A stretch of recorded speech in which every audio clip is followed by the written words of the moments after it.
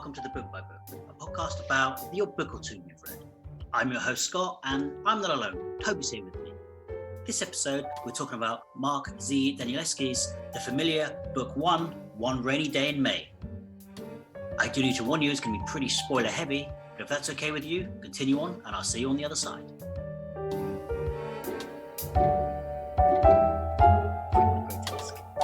Wow. No, it sounds good though. You've sold it to me. I'll put it that way. Oh, okay, because that was the one that, because we said we'd pick a book you liked and one you didn't particularly like. That was actually my not particularly liked book. Okay, so The Familiar, Book 1. Okay. By Mark Z Danielewski. I think that's how you say it. Danielewski. He's the author of House of Leaves. There's another really good book that I highly recommend you read. This is House of Leaves was the one that got me pointed me onto the author, and then this is the one where this is the next book of his that I read. So for those that don't understand, The Familiar is book 1 of a proposed 27-volume odyssey, I guess is the right word. And so far he's published 5 editions. 5. So we've got volume 1, 2, 3, 4, and 5. I have up to 4, so I have up to volumes 4. I've only read volumes 1 and 2, maybe 3. Did you say how many have been released at this stage? 5. Yeah.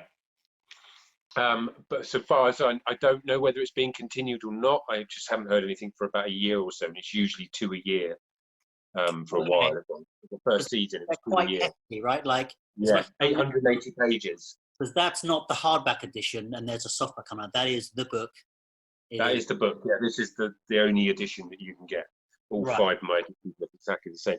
But so the thing with this guy is he doesn't do books like anybody else that I've ever read. I mean, you could just look at the cover. He's almost like a graphic designer in both art and typography, and he uses those skills to great effect throughout this book, or all 5 chapters of this, or episodes of this book, and House of Leaves. So, The Familiar. Each book is meant to represent an episode of a TV series, and each season is 5 books long. Okay? Right. So we have reached the end of season 1, which has 5 episodes. Right. That's how it's being written.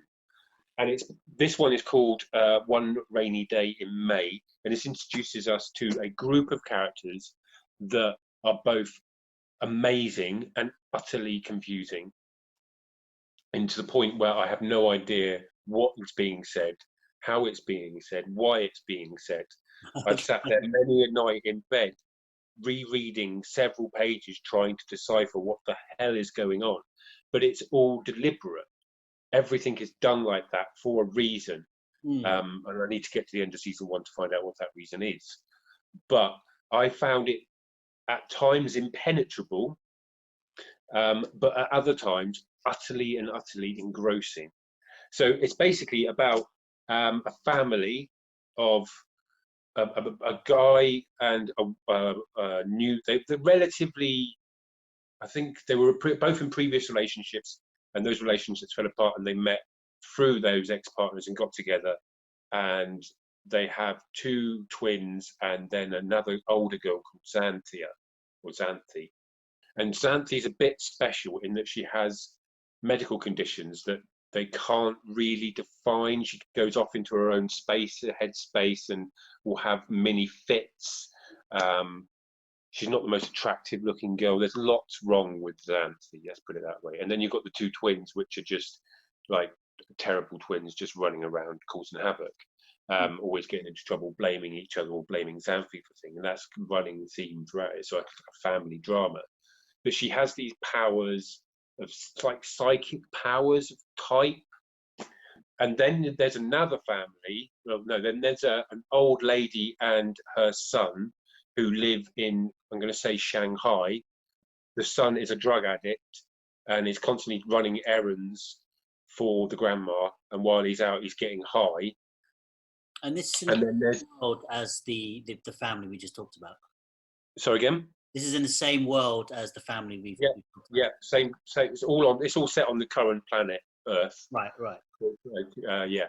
And then there's another group of people that work for like a group of gang, and then there's one guy that's kind of trying to join this gang, and then everything that happens with them working for people higher up and stuff like that, just being gang members and trying to initiation tests and all that sort of thing. And then there's another guy who's a taxi driver who in the spare time delivers things for less scrupulous, dodgy people, basically. And all of these strands are going on at the same time. And there's another strand that's about two detectives that are trying to solve a case. And there's another strand of a bunch of people that are trying to keep an orb that they have secret from the government. And then there's a computer program that's narrating the whole thing. Right. From somewhere, possibly the orb. So you get a feel for what's happening. And throughout all of this, there is this, Xanthi has this, she has an episode and she decides, her parents decided to do something good for her, and they take her to get a dog. And on the way to get a dog, it's raining really heavily and they get stuck in traffic on a bridge. And while they're in the bridge, Xanthi has one of her episodes and then bolts from the car into the middle of oncoming traffic. And her dad's the only other person in the car in the middle of this traffic jam. And she runs across the opposite side of the freeway in front of the traffic and then disappears over the edge of the bridge for no reason whatsoever, as far as you're concerned. And you follow her, the father in the background, panicking, trying to run after her. And you follow her down into this, like, in America where they have the gullies and all the water runs through. Right. Like a rain run. One of those, like an aqueduct. And she goes on down onto this slippy bank, falls in, and then ends up shoving her hand down a drain pipe in the ground and pulling out this manky white ball of dirt and fluff from at the back of this drain pipe. And it turns out there's a kitten. And she claims that she could hear it meowing from the car in the traffic jam with the radio on and the rain beating down. So it's physically impossible for her to have, but she's found this kitten, pulled it out of this drain pipe, taking it back. They take it home, and that's what she ends up getting rather than the dog, is this kitten. But she becomes unhealthily attached to the kitten, let's say, to the point where it's almost like a parasite that is draining her of her energy whenever she's not near it. When she's near the kitten, she's full of life and normal Xanthi, but when she's separated from it, taken to the doctors or to a psychiatrist by her parents, she starts to flag, her energy starts to whimper, all of that sort of thing. And throughout each of the 2-3 chapters that I read, Xanthi gets more and more weaker and the kitten gets more and more stronger. Oh, okay. Because I was going to make like an EP comparison. Yeah. No, it's like... Yeah. And it turns out that the kitten was, while they're trying to find a hope where the kitten came from, so they put out messages and stuff like that, turns out that the kitten was once owned by the old lady and the drug addict in Singapore. Okay, so the connections are starting to... And the kitten's just disappeared. We don't know why the kitten disappeared from this old lady. One minute she had it and the next minute it was gone. And then, so it started to thread this kitten narrative into it, that this parasitic entity has been floating around. And the whole of this time, you've got this gang warfare going on, a taxi driver who's working for the mayor delivering boxes of stuff that we don't know what's in these boxes, but it's not good. He's dying of cancer. You've got the 2 coppers that are trying to solve these crimes that are being committed, I think, by the gangs. So and it's all delivered in typography. So if you look, so I don't know if you can see that, but that's an example of some of the computer programming language that just appears when you're in the... Are there coherent sentences in there? I can't really see properly. Is that literal, like some Linux text? Yeah. Basically, okay. Linux text, yeah. And then you've got like one page that's just got daddy written on it, and then a whole text of stuff like this. So anybody that's read House of Leaves will have an idea of what this is like. But it's very much all over the place. Like, that's 2 of the pages. Daddy, save him, and a black line. Okay, because I have read The House of Leaves, and I guess it feels like he's trying to experiment with what it is to read a book, like the experience of reading. He's trying to change it, that you can't sort of drone through the words. At worst case, you can't audiobook it. You have to, or ideally, you can take in more than that. No, exactly that. Hang on, where Does is it it? feel linked and necessary in this book? Or, Say again, sorry. Does it feel like it works? Because having read House of Leaves, feel like it works. When it works, it really works. Like, the story with Xanthi and the kitten is mind-blowingly good. It's really, really gripping, proper scary.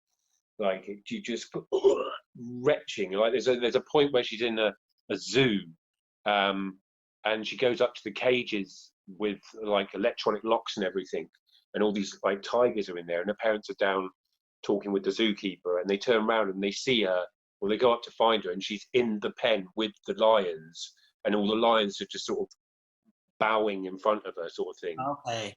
And she has this scent of this kitten on it, and she's managed to pop all the locks and everything on all these electronic gates, and it's none of it's explained. It just happens around her. So yeah, when it works, it really, really, really works, and it makes up for the bits that are so confusing and baffling because they don't seem to have a point in the main narrative at this point. But that's because I've only read 2, maybe 3 books. I can't remember if I've read the 3rd one or not. But they might all, from what reviews I've read of the subsequent ones, everything starts to tie together, and some moments are really, really clever. But as a singular book, just book 1.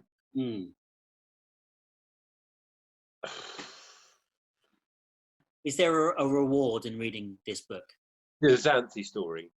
Right, okay. It sounds by far that's the thing you're most invested in. How much time is the book dedicated to this part? Because it sounds like there's a lot of strands. It sounds like there's 5 strands? Yes, it's just over a third of the book is delegated to them, their family, and the kitten stuff. But you've got to remember, it's not just the kitten stuff, it's also the family, the parents. Right. The parents are tied into to the computer programming language. The father is a computer programmer, and they're also loosely connected to the terrorists that have got the orb. There's several of these orbs that enable you to see into the future or the past. Something along those lines. They're not hiding the, I guess, supernatural elements or the fantasy elements of the book. Are they quite strong and evident? Yeah, they're loose. They're from the beginning, or are they leaked in by the end? But it takes a while to really know. Well, take the people with the orb. There's all, like the ball that Sauron has in Lord of the Rings, right. The all-seeing eye. Yeah. It's kind of like that, and they keep it in a cloth.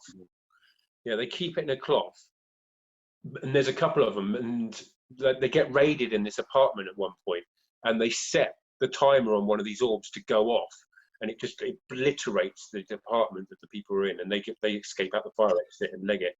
So there's heroes and villains in this book. If there's all there is currently, but they're not villains. They're just people that have got dodgy morals in their tale. Right, they just have their agenda. Yeah, they're separate stories, all completely separate stories. As a point where I'm at in the story, anyway. So, if his intention is to be 20 of these novels. But you also, I got a bit confused at the beginning when you said each 5 will be a series. Yeah. But so after this 5, it's like it will be series 2.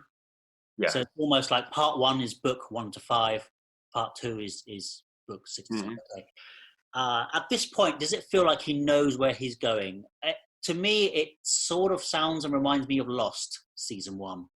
Yes, that's a good show. A lot of openings. We're getting a lot of mystery. And, you know, if he's released the first 5, there's no real problem with that because they are, No. it sounds like they are clearly intended to be read one and onwards. Yeah. But, you know, if you've read 3, do you feel like you're getting satisfactory answers whilst getting more questions without going too much into the other books? Because so I felt it definitely expanded enough in the second book to invest me at some point to read, if I haven't read the third book. Like I when I was reading it, I was looking forward to getting back to it. But when I was in it and in certain stories, it was like, oh man, I just don't get what this is. Like there's a whole chapter with Peng Peng who just talks a different language. right. Like he just talks. It's not he's subtitled or anything. It's just he's talking in a different language. There's almost street, the Shanghai street language or something like that. And it's really, really tricky. You just pick out. But it's broken decipherable or it's impossible. Like you can get something from it, or it's like you kind of get used to it in the end. Like because there's bits that are broken English at certain points, you kind of get what he's trying to say because of the broken English word. Okay. And then when you see those broken bits again, that you go, oh, well, that kind of meant that. So he's trying to talk about this time. Okay. But it kind of gives you it's a hard work. And at times I don't want to be working when I'm reading, as it were. Right. See what I mean? But I like the fact that you sometimes you have to turn the book upside down, or it reads in a spiral. Yeah. Or he'll play with format. Sure. I do know in House of Leaves, he said, you know, it took him a long time to find a publisher who would understand that they can't really mess with it because it's like a novelty.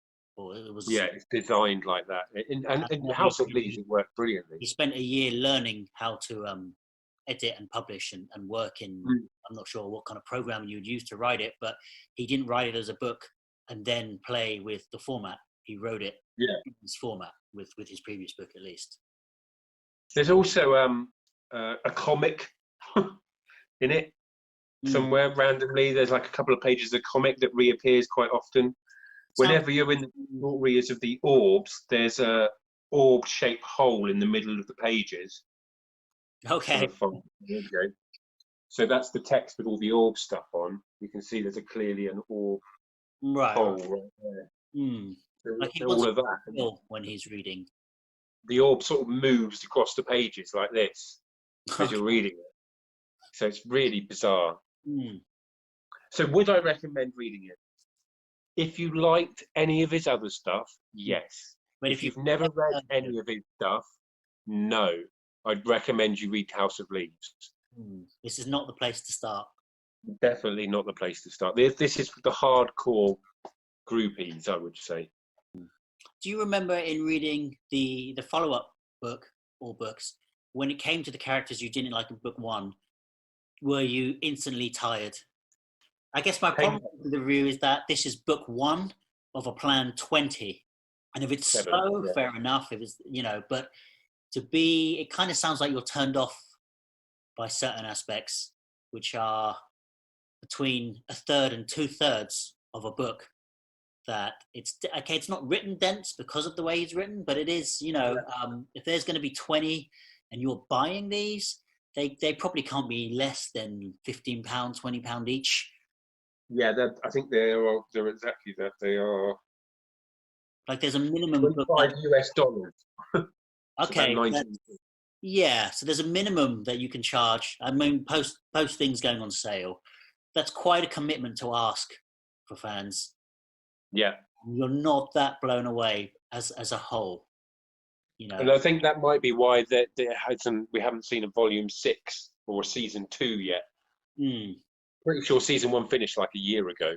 Right. I mean, it might be the case that he wants to write each season as a whole, and then he can release it faster. I don't you think about know it, much about publishing deals. If there is a deal to do a series of books, what contracts are in tight. He does seem like someone who would only go for like the right publishers who could see his vision out and who wouldn't want to who would want to interfere, hopefully. So hopefully that means that he's going to get to release them all. Mm-hmm.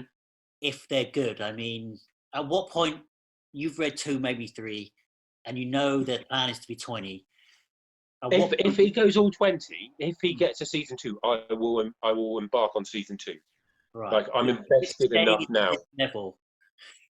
Because you're still early. It's not like you're over halfway through, you know. Well, this is it. I was thinking, like, if you think about it, it took him, he released 2 a year, one in February, one in October, for the first 2 years, and then one the following year. So that's 3 years, 4 or 5 books. Okay? And he's taken, what, 2 years out now since the release? Yeah, I mean... So how long is it going to take him? That could burn you out. How old am I going to be by the time that finishes? Well, you know, I guess it's something the George R. R. Martin fans of you know, they're like 60 or 70-year-old by the time he finishes it.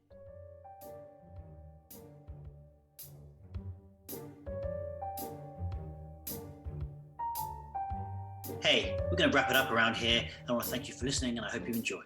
Join us again next episode, and until then, support your local bookstore and have a great day.